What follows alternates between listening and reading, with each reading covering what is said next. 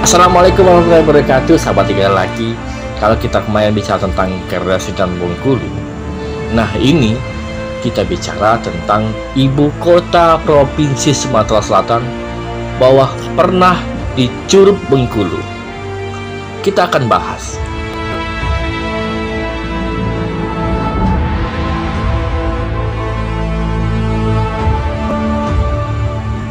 Sahabat tinggal lagi, Bengkulu memang sejak zaman Kesultanan Palembang, bahkan zaman Sriwijaya, sudah masuk dalam bagian Sumatera Selatan. Sumatera Selatan, menurut administrasi kolonial Hindia Belanda, pada saat sekarang ini adalah Sumatera bagian selatan, yang terdiri dari Provinsi Lampung, Jambi, Bengkulu, dan Sumatera Selatan. Provinsi-provinsi ini dahulunya adalah keresidenan dalam administrasi kolonial dan awal pemerintahan Republik Indonesia. Pada awal abad ke-20, ada rencana dari pemerintahan Hindia Belanda untuk menjadikan keresidenan Jambi, Palembang, Lampung, Bengkulu, dan Bangka Belitung menjadi satu gubernmen Sumatera Selatan. Akan tetapi, rencana ini dibatalkan pada tahun 1922 dengan keluarnya Statblad tahun 1922 nomor 216. Pelaksanaan Statblad tersebut dituangkan dalam Statblad 1936 nomor 68 dengan pembentukan gubernmen Sumatera yang membawahi keresidenan. Sahabat tinggal lagi, di awal susunan ketatanegaraan Republik Indonesia, dibentuk Provinsi Sumatera dibagi dalam keresidenan.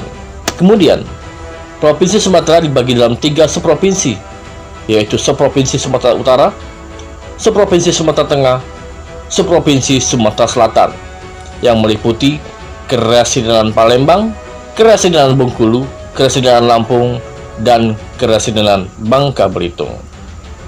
Sahabat tinggal lagi, dengan wilayah yang luas dan sarana komunikasi yang masih sangat terbatas, maka Provinsi Sumatera Selatan tidak dapat bekerja efektif.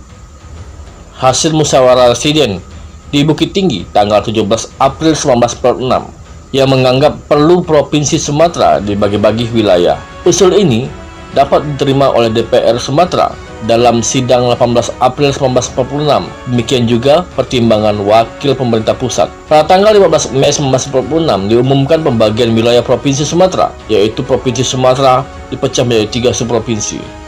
Sahabat tinggal lagi, aksi militer Belanda yang pertama dilakukan pada tanggal 21 Juli 1947 dengan menyerbu segala garis pertahanan Republik Indonesia secara mendadak. Dengan berlangsungnya aksi militer pertama dari Belanda tersebut, maka pemerintahan sipil Republik Indonesia di kota Palembang tidak berfungsi lagi. Namun, Gubernur muda Dr. M. Isa dan beberapa pejabat lainnya untuk beberapa waktu masih tetap di tempat. Mereka tetap dalam penjagaan pihak Belanda. Bahkan Dr. M. Isa berkali-kali ditahan dan dikeluarkan. Dengan didudukinya Palembang oleh Belanda, maka Gubernur muda Dr. M. Isa pada bulan September 1947 hijrah ke pedalaman untuk menjalankan pemerintahannya di Curug Bengkulu. Sejak itulah ibu kota Provinsi Sumatera Selatan dan pemerintahan Provinsi Sumatera Selatan pindah ke Curug Bengkulu. Gubernur Provinsi Sumatera Selatan yang pertama adalah Dr. M. Isa yang dilantik oleh Presiden Republik Indonesia di Bengkulu pada pertengahan tahun 1948. Sedangkan pada tanggal 20 Oktober 1948, DPRD Provinsi Sumatera Selatan dilantik. Dipilih pula Badan Pekerja DPR Provinsi. Pembentukan DPR Provinsi Sumatera Selatan dan Badan Pekerjanya adalah sebagai pelaksanaan Undang-Undang Nomor 10 Tahun 1948. Demikian juga telah diserahkan kekuasaan umum. Sahabat tinggal lagi, pada 1948, pecahnya aksi militer kedua oleh Belanda. Dengan pecahnya aksi militer kedua, diambil langkah mengantisipasi yang diperkirakan akan memakan waktu cukup lama dan dianggap akan menentukan nasib bangsa dan tanah air. Pertama, dalam musyawarah dari Gubernur Pimpinan Tentara dan Badan Pekerja DPRD Sumatera Selatan di Curup pada tanggal 23 Desember 1948 diputuskan untuk mengangkat Dr. Akagani menjadi gubernur militer buat mengadakan perlawanan total terhadap Belanda dengan sebutan Gubernur Militer Daerah Militer Istimewa Sumatera Selatan. Dr. Akagani tidak diangkat oleh pusat, tapi dipaktokan dari bawah sebagai hasil perembukan bersama. Pengangkatan Gubernur Militer Dr. Akagani dilaporkan kepada pemerintah Komisariat Pemerintahan Pusat di Bukit Tinggi. Akhirnya, Curup Bengkulu berhasil diduduki oleh Belanda. Dengan didudukinya Curup oleh pihak Belanda, pemerintahan provinsi memindahkan tempat kedudukannya ke kota Donop. Di sini, dalam rapat tanggal 15 Januari 1949, ditetapkan bahwa pemerintahan provinsi perlu disebar, bukan saja perlu mengkoordinasikan dan menyesuaikan pemerintahan sipil untuk mengarahkan tenaga dan bahan bagi keperluan penyerangan, juga untuk melawan tindakan-tindakan di lapangan propaganda dan politik dari pihak musuh. Semua anggota Badan Pekerja diangkat menjadi koordinator politik di samping pimpinan militer.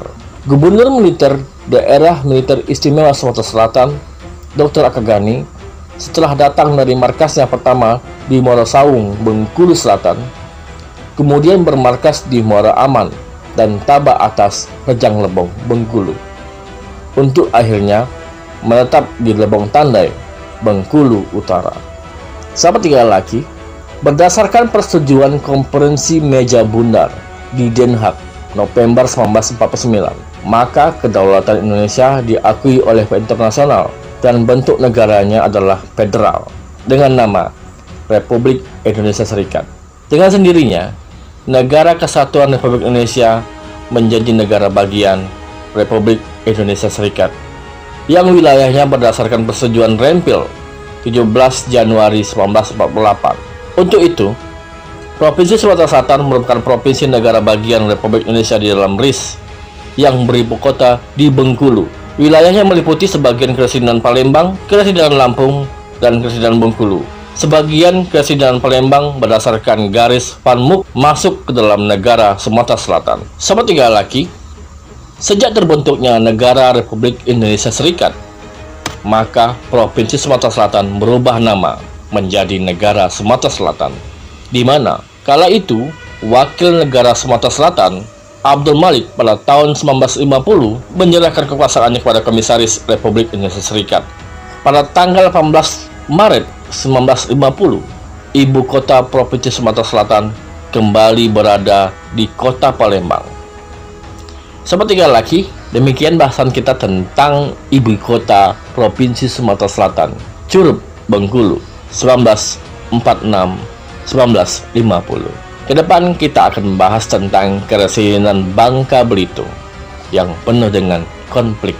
Kami menerima saran, komentar, dan request Anda atau permintaan Anda tentang apa yang akan kita bahas. Terima kasih semuanya. Wassalamualaikum warahmatullahi wabarakatuh.